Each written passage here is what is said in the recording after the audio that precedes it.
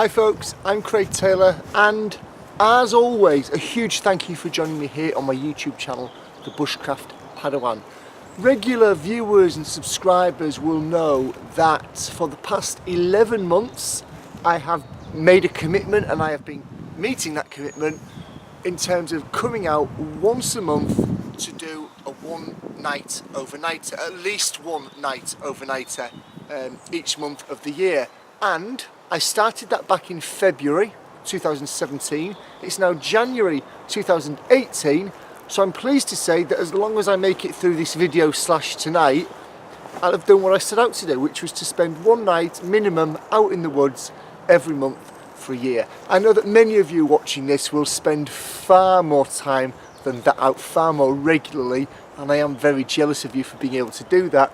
But for me, with work commitments, home commitments, family, kids, puppy, all of that, even sometimes getting out for one overnight a month is a challenge, but I'm pleased to say that I've done it. So here we are, January 2018, 12 consecutive nights out, 12 months consecutive nights out over the year. Chuffed to bits with it. You'll also know that if you watch this video regularly, or this series regularly, that rather than just come out into the woods for the sake of it, I always come out with a plan, something that I want to try out, something that I want to practice, something that I want to revisit. And this month is no exception at all. A few things that I want to cover off this month.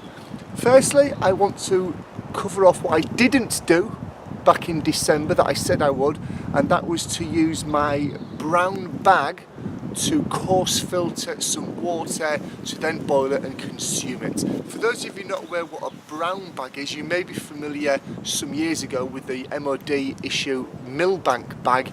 It's the modern variation on that, and you'll see later on in this video me using that. So I said I was going to do that in December and I didn't. I'm going to revisit it this month.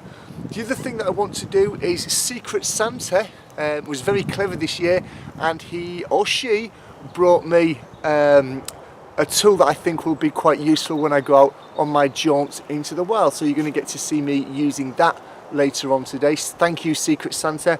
And finally, just a little thing really, but when I did my elementary bushcraft course back in April of this year, we made some simple candle holders. I also want to make one of those for this evening as well, and I've brought a candle with me to use it. So coarse filtration through the brown bag, playing with my Secret Santa toy, and making a candlestick holder for this evening. That's my plan. Let's see how it pans out, shall we? I am back at my base camp, for want of a better word, that I've been using for the past 2-3 months, something like that. It's the debris shelter that you can sort of make out here. It's still looking good. There's a few little holes appeared and things, but we've had a lot of wind recently around here, some storms, so the fact that it's still standing I'm pleased with, and the fact that there's very little kind of degradation to the leaflets on there, I'm really pleased with. I've just looked inside and I can see that the colour of the leaves inside is significantly lighter and drier than the colours of the leaves outside, so it's held a lot of the rain off, and long may it continue, I hope. I'm toying with the idea of putting a tarp up somewhere this evening close by, and the reason for that is whilst this is waterproof, there's not a lot of space inside it. So if I want to be doing anything, if I want to be crafting anything or tinkering with stuff, there's really not a lot of space in there. It's been constant drizzle and rain all day. I don't suspect it will stop. If anything, it may increase. So I kind of want to have somewhere that is waterproof, but gives me a bit of space to, you know, to kind of do my thing in, rather than just lay down in my leaf coffin of a debris shelter. So I may well do that this afternoon. First thing that I'm going to do though is I'm going to start this brown bag coarse filtration process. So why don't you join me about 500 or 600 meters in that direction, where there is a huge standing, in fact, why don't I show it to you? I'll see you over there. And as if by magic, here I am. You can see in the background behind me this huge pool there. Back in December I came to this, it was just sloppy wet mud at the bottom, and that's one of the reasons why I didn't go through this process back in December when I was last here. This is about 5 or 6 feet deep, so it's carrying a hell of a lot of volume of water if you look at the size of it. A lot of volume in water in there in quite a small space. It's about 500 or 600 metres from my camp area. What I'm going to do is I'm going to take my brown bag, which you can see here. I'm going to submerge it. I'm going to get as much water inside there as I can, and then I'm going to carry this back the 500 or 600 metres back to my camp. Now that's got problem written through it like a stick of rock because it's uneven ground, it's wet, it's slippery, and you may think, but won't you be losing water along the way, Craig? And the answer is, as long as I don't drop it and lose a lot of it, I'm okay with that. The reason I'm okay with it is this. I'm going to submerge this bag. The water that is on the inside of this bag will slowly filter through and will be coarse filtered. It will filter out the large chunks of debris and turbidity and things like that in it. The water that's on the outside though, when I submerge this, that's not going to filter through the bag, it's just going to run off the bag and potentially into my pot, my vessel that I'm going to boil with. That's not a good thing. So what I'm going to do is I'm going to fill this as much as I can, and then you'll notice on here, I hope, that there's a stitched line. I'm just tracing my finger along it there. I hope you can see that okay. There's a stitched line.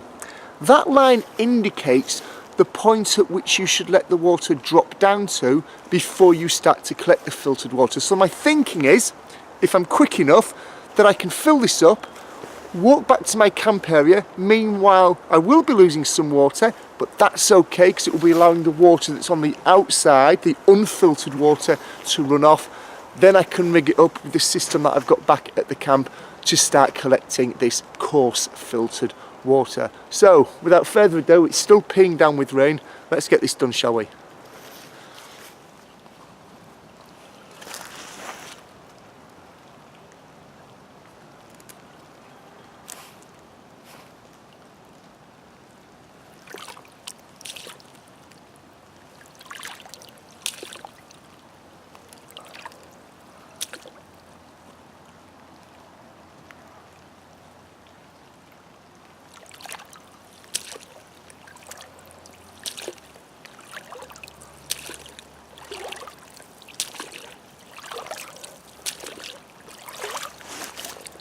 Right, let's make a dash.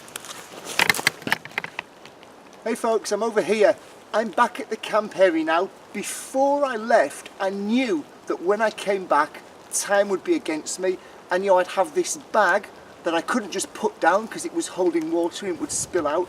So what I did was I made sure that my cooking tripod here, which is permanently positioned in this area, was set up, that the toggle was adjusted to a decent height, not too high, not too low, so that I could immediately come back, bang, and drop this brown bag that you can see on there straight onto it. Just going to have a check inside now, and would you believe that in that walk back I've fractionally, just fractionally dropped below that stitched line mark. So the water that I'm wasting now is truly being wasted. I need to get a vessel under there now to start capturing that water.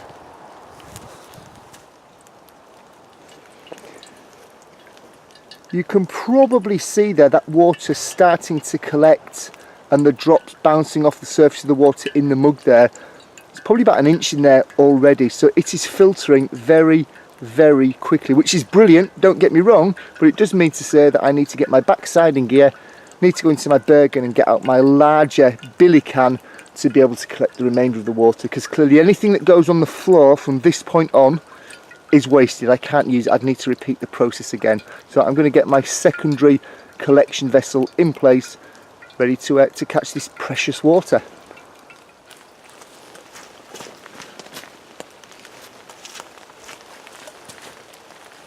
You can probably see now that this mug is just about to overflow, so I'm going to move the mug out of the way. I am going to place this billy can insert over the top of it to protect it from any leaves or other debris going in there, because it would be a shame, now that I've coarse filtered it, if it were to get something in externally. So I'm going to move that out of the way, place that over the top,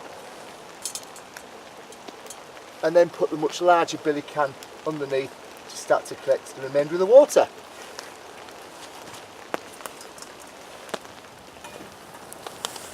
metal mug's been in the fire now with the coarse filtered water from the brown bag. You can see this rolling boil that I described earlier on. It's exactly what it is. It's not just a few bubbles trickling to the surface or around the edge of the rim. It's a real rolling boil. It's vigorously bubbling away.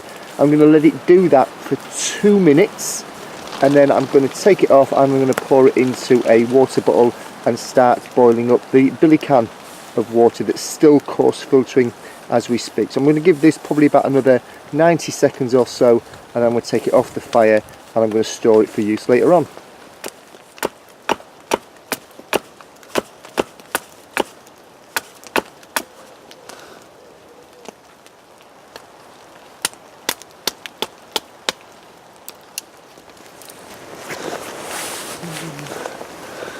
Hi there, it's getting very wet and very dark and very miserable, and I'm not showing up particularly well on this camera, am I? Never mind, it's not me that you need to see. I promised that I was going to make a simple candlestick holder. Here it is. It's just a few feet, maybe 1.5 foot, 2 foot of green wood. One end of it has been sharpened into a point that I can drive into the ground.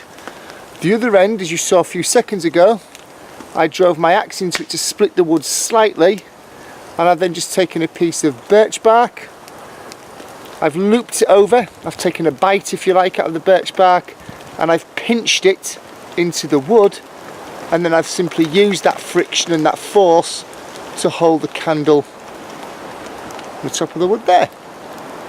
Not a great job, I must admit. The birch bark that I selected was absolutely sod, and I hunted around for a while to find any, and it was just tearing off in tiny little flicks. That's the best, but hopefully you get the idea, you get the concept about how simple it is to make.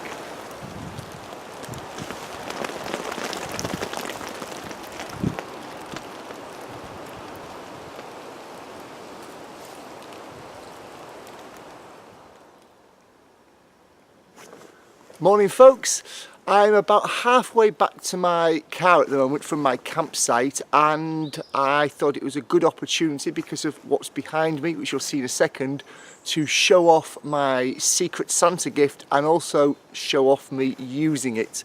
My Secret Santa gift is a Lifestraw by Vestergaard. There it is there.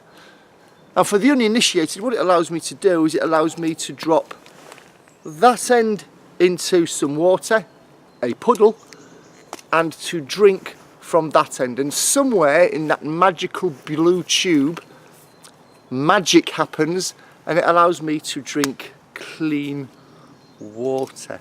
That's what the marketing says, and did marketing ever lie, people? Of course not. So behind me is a murky old puddle, and I'm going to drink from the fountain of the puddle. Join me if you will. Hey folks, so here I am kneeling incredibly close on a slippery slope in this quite deep puddle. What could possibly go wrong? So I've got my Lifestraw with me. The instructions on the idiot's guide, the cardboard box it came in, said to take both ends of the caps off, dip it into the water, leave it upright for about 10 seconds, and then start to sip from the straw at the end. So that's what I'm about to do. Let's get up close and personal to said puddle, shall we? So both caps are off the end. Dropped it into the puddle. Upright for about 10 seconds. I'm counting along at home because I've lost count already.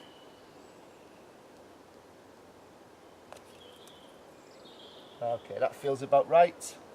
And then I'm going to plant my face down into the straw and drink, as I said, from this fountain of youth.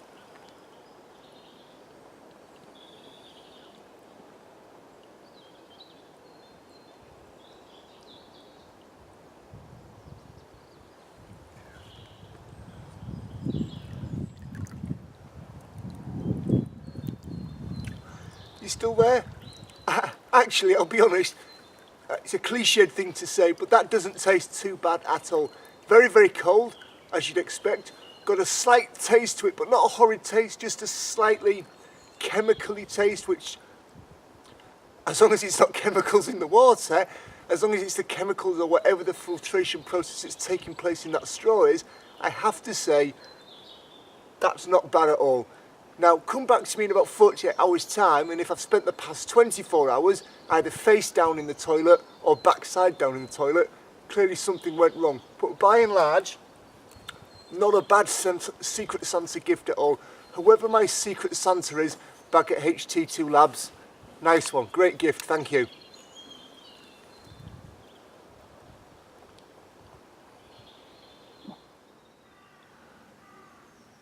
Well, I'm almost back at my car now. It's a couple of 100 metres in that direction, so I thought it would be a good opportunity to just summarise my overnighter. Firstly, it was a very damp one. Cleared up during the night. It's not bone dry this morning. There's no rain this morning. Everything is bogging and sodden wet though. But it was a wet night for most of the time that I was actually out of my shelter, which led to it being a bit miserable. That's led to me thinking about moving away from using the natural shelter, my debris shelter, as much. And the reason for that is that it's a small shelter. It's supposed to be a small shelter to keep it insulated, to allow it to warm up more quickly, to allow the air to become warmer in there. So it's supposed to be a small shelter. But when it's raining and it's miserable outside and you're chopping firewood, cooking, eating and all of those things that you can't do inside a small shelter, it turns into a pretty miserable experience. So I'm thinking perhaps in my next few overnighters, which I'll come to in a second, that I may just go back to using my tarp. Get it nice and high, get it nice and wide, and be able to do a lot of my admin underneath there. We'll see how it goes next time around. Speaking of next time around, I said that I was going to do an overnighter at least once a night every month for 12 months, and I just did it last night, so yay me, go me. Thinking ahead now to the next 12 months, I don't know if I'm going to still do that, and here's my rationale, here's my thinking behind that. When I come out and do an overnighter, I usually leave early afternoon in the winter, late afternoon, early evening in the summer, and do my overnighter. And the reason I do that is because I work, I've got kids, I've got a family, I've got a puppy, and I want to spend as much time with them as I can on a weekend, which is when I go on my overnighters, but equally I want to get out into the woods. So when I come out into the woods, most of the time that I'm out here, I'm actually asleep. When you think about it, I sleep overnight. I'm not doing anything bushcrafty there, am I? I'm not practicing anything, I'm just getting a good night's sleep for a change. I'm not sure that's the best use of my time. So moving forward, I'm thinking about this. Still come out regularly, still come out a minimum of once a month. Still try to get out and do overnighters, yes. But how about actually I come out and I spend an entire day. I get up early in the morning, have breakfast at home, and then come out and spend an entire daylight hours day out in the woods. Still gets me that frequency, still gives me an opportunity to get out and to practice and to refine and to do all of those things, but I'm going to be making a much better use of my time because I'm awake for one. There's a good reason. I'm actually going to be awake, hopefully, during those waking hours. So that's what I'm thinking of moving forward. What do you think about that? Have you enjoyed the overnighters? Bearing in mind the parts of the overnighters you're probably not interested in are the parts where I'm asleep and not recording anything. So actually, if it's more about the things that I'm showing, that I'm practicing, that I'm developing, the mistakes I'm making, the things I'm getting right, the things I'm getting wrong, if that's what interests you in these videos, my thinking is, what doesn't need to be an overnighter, does it? It could just be a regular full day every month for a full year again, minimum. Let me know what you think in the comments below. So going back to last night, the brown bag worked really well to begin with. I was able to get a metal mug's worth of water very, very quickly, and then it kind of slowed down, and I don't know why. I really don't know why. The water wasn't overly turbid, there weren't masses of visible crap in there, so I don't think it was blocked up, I don't think it was congealed. Part of me is wondering as the water level goes down, clearly the water pressure that's been placed upon the bottom of the Millbank or the brown bag is being reduced. And I wonder if that's what slows the dripping down. You know, there's simply less pressure being placed on the water at the bottom to force it out. I don't know. I really don't know. I do know you're meant to significantly submerge the bags before usage, and I'm wondering if I have significantly submerged the bag at home. Weeks ago, I submerged it, I wrung it out, I scrubbed it with a nail brush, I turned it inside out, I submerged it again, I left it to soak overnight, I wringed it. You get the idea. For 2 or 3 days, it was constantly in water being agitated. And I wonder if that was enough. I wonder if actually, yes, you're meant to do that when you first get one, but you're meant to do the same thing immediately prior to putting your water in out in the woods as well, which to me could be a challenging thing to do if your water source isn't very deep. And if actually doing that in your water source would agitate the water even more. I genuinely don't know. I haven't got a clue why that flow of water reduced to a very slow drip state as opposed to a very fast drip state. If you've got ideas, then please do share them below. You saw that I made my candle, almost a little throwaway thing, but it was good to keep my hand in with that. And the Secret Santa Lifestraw you saw just a few seconds ago, it was interesting to experiment with that. And once again, Secret Santa, thank you very much. It will be something that I'm carrying now in my gear as a staple part of my gear when I go out. So a big, big thank you to whoever you are back at work. I really appreciate it. There we are. There's my 12-month of overnighters over and done with for this year, for 2017 / a little bit of 2018. I hope you've enjoyed watching them. I will put them all together in a playlist right at the end of this video. So if you want to go back and watch them all again, if you want to dip into them, if you want to catch any that you've not seen before, you'll be able to do that. Time to finish the video now, which of course is time for me to say a huge thank you to everybody who subscribes. If you're not yet a subscriber, do click on this button in this corner of the screen and you will become one.